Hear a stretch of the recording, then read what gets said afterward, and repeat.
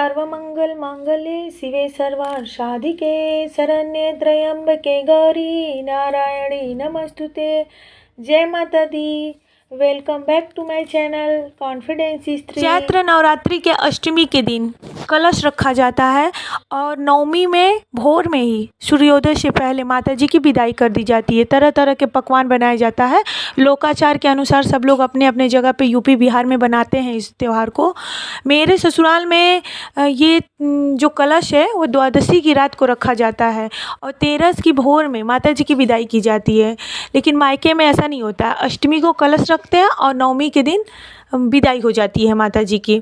लेकिन हम तो अपने ससुराल के हिसाब से करेंगे ना। मैं 2 बजे उठ गई थी। रात में मैंने कलश रख दिया था, नहा के, और कलश रख के दिया जला दिया था। मेरे यहाँ बिना पानी का कलश रखा जाता है खाली। हर बार मैं 3 बजे तक पूजा कर लेती थी, माता जी की विदाई कर देती थी। 3 से 3:30 होता था। बट इस बार मेरे हेल्थ इश्यूज इतने सारे बढ़ गए हैं। हेडेक होता है, आँखों में दर्द होता है और 2 बच्चे छोटे छोटे हैं। इन दोनों को लेके इस बार मैं बहुत लेट हो गया था मुझे पूजा करने में। 2 बजे तो मैं कभी नहीं जगती थी। मैं रात में कलश रखने के बाद सोती ही नहीं थी। बट इस बार क्या हुआ कि मैं कोशिश की कि मैं जगी रहूं, बट जगने का कोई सवाल ही नहीं था। मेरे सर में इतना दर्द था, इतना हेडेक था कि मैं जब तक लेटती नहीं तब तक मैं पूजा नहीं कर पाती। इसलिए मैं इस बार सो गई थी। सोने की वजह से मेरी नींद आधा 1 घंटे लेट खुली थी, 2 बजे। और 2 बजे से जब मैं प्रसाद बनाने लगी तो इतने सारे पकवान बनाने पड़ते हैं। 9 पूड़ी, 9 ठेकुआ, गुलगुला, बरी, रोटी, हलवा, चावल, दाल, बहुत सारी चीज़ें। और इन सब को बनाने में, पूजा की तैयारियों में मुझे घबराहट होने लगी थी कि कहीं मुझसे लेट ना हो जाए पूजा करना। ये होती है जिम्मेदारी। अकेले होना भी कितना मुश्किल है ना। अगर हम बीमार भी पड़ते हैं, अगर चाहें कि थोड़ा आराम कर लें, बिल्कुल नहीं हो पाता है। 2 छोटे छोटे बच्चे हैं, उनको देखना, उनकी टाइमिंग ज़रूरी है। पूजा पाठ जिम्मेदारियां घर की वो बहुत ही ज़रूरी है।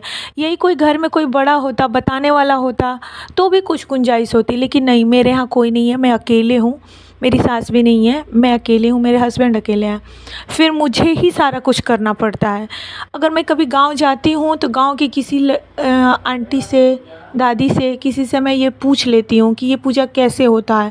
एक बार का पूछा हुआ चीज़ मैं अपने माइंड में रखती हूँ। फिर जब कोई त्यौहार आता है फिर मैं उसको अपने मन से करती हूँ। कोई नहीं है मुझे बताने वाला। और उसके बाद हेल्थ इश्यूज़ मेरी इतनी सारी बढ़ गई हैं कि शायद रेस्ट ना कर पाना, फिर सब कुछ हेडेक हो जाता है। दुनिया की सबसे अच्छी दवा जिम्मेदारी है। एक बार पी लीजिए तो जीवन भर थकने नहीं देती है।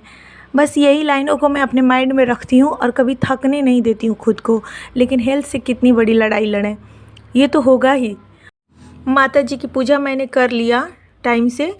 और सुबह मेरे हस्बैंड बोले कि इतनी सारी दिक्कतों के बाद भी तुम ज़बरदस्ती कर रही हो, चलो आज तुमको मैं दिखा देता हूँ हॉस्पिटल। हम लोग ASC आइज़ हॉस्पिटल गए थे। पहले तो हेड के लिए न्यूरो को दिखाना चाहते थे, लेकिन नहीं, पहले मैंने सोचा कि मैं आँखों का चेकअप करा लेती हूँ पहले। हो सके कि पढ़ाई की वजह से प्रेशर पड़ रहा है, ऑनलाइन क्लास या फिर बुक्स पे ज़्यादा दिन से पढ़ाई छूटी हुई थी। मैंने सोचा कि पहले मैं अपने चश्मे का नंबर और आँखों का जांच करा लूँ, उसके बाद मैं दिक्कत अगर होगी तो फिर मैं न्यूरो डॉक्टर को दिखाऊंगी। क्योंकि प्रेशर बहुत ज़्यादा पड़ रहा है। चारों तरफ से बच्चों का प्रेशर, कैरियर का प्रेशर, फिर घर की जिम्मेदारियाँ, इन सब चीज़ों से जूझते जूझते इंसान बीमार पड़ जाता है। फिर ज़बरदस्ती कोई भी चीज़ लेके नहीं चलना चाहिए। पहले खुद पे ध्यान दे, उसके बाद बाकी चीज़ें हैं। लेकिन बच्चों को और घर को तो नहीं छोड़ सकती ना। पढ़ाई तो थोड़ी सी दिक्कत हो रही है, मैं वीडियो नहीं अपलोड कर पा रही हूँ क्योंकि स्क्रीन पे वीडियो रिकॉर्ड करने पे भी मुझे दिक्कत हो रही है। इसलिए मेरी वीडियो जो है स्किप करके आ रही हैं। मेरी एनिवर्सरी की वीडियो मैं नेक्स्ट डे डालूँगी। और अभी मैं आँखों को दिखा के हम लोग घर आ गए थे। डॉक्टर ने अभी चश्मा लगाने को रेगुलर बोला है। रिव्यू में जब जाएंगे तो वो फिर से चेकअप करेंगे। अगर मेरे सर का दर्द आराम नहीं हुआ तो मैं इसको हल्के में नहीं लूँगी, क्योंकि सर का दर्द को हल्के में नहीं लिया जाता है। मैं न्यूरो डॉक्टर को दिखाऊंगी।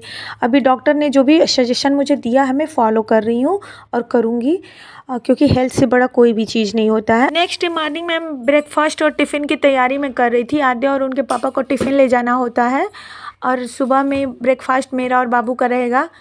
लंच की तैयारी भी मैं अभी कर लेती हूँ, क्योंकि बाबू बहुत परेशान कर रहे थे। और फिर मैंने आद्या को स्कूल भेज दिया था और इनके पापा ऑफिस चले गए थे। पढ़ाई इस टाइम बिल्कुल भी नहीं हो पा रही है, सर दर्द और आँखों के दर्द से। बस यही रूटीन था मेरा। वीडियो पसंद आए तो लाइक करें, चैनल को सब्सक्राइब करें। Thank you.